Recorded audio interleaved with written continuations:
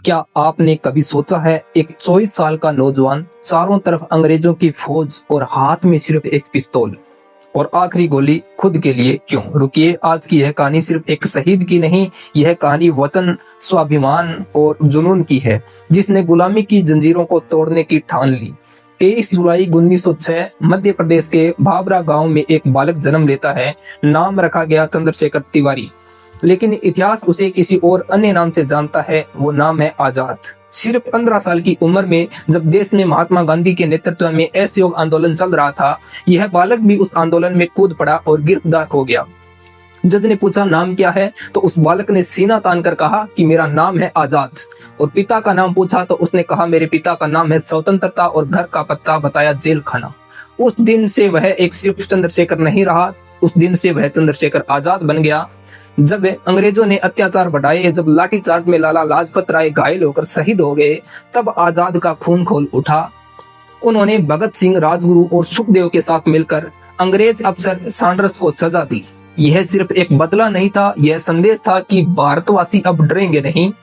चंद्रशेखर आजाद का अंतिम दिन यानी कि 27 फरवरी 1931 इलाहाबाद का अल्फ्रेड पार्क।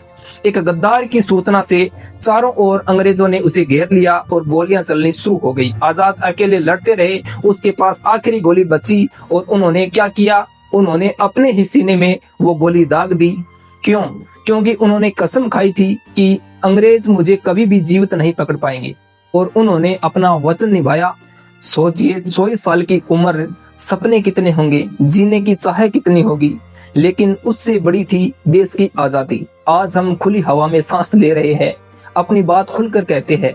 यह सब किसी न किसी कुर्बानी की ही देन है। आजाद सिर्फ इतिहास का अध्याय नहीं है, वह एक सोच है। जब भी डर लगे तो याद करना, जब भी हार मानने का मन करे तो याद करना, और जब भी लगे कि मुश्किलें बड़ी है तो उसे एक बार याद करना। एक 24 साल का नौजवान पूरे ब्रिटिश साम्राज्य के सामने खड़ा हो सकता है, तो क्या आप अपनी छोटी छोटी परेशानियों से हार मान जाएंगे? अगर आजाद नहीं हारे तो हम क्यों हारे? आज 27 फरवरी है, आइए सिर्फ श्रद्धांजलि न दे, एक संकल्प ले, अपने जीवन को ईमानदारी, साहस और देश प्रेम से जिएंगे। कमेंट में लिखिए चंद्रशेखर अमर रहे। वीडियो अगर पसंद आया हो तो लाइक करें और चैनल को सब्सक्राइब करें, और इस कहानी को हर भारतीय तक पहुंचाए। चंद्रशेखर आज भी उन दिलों में जिंदा है जो अन्याय के सामने झुकना नहीं जानता।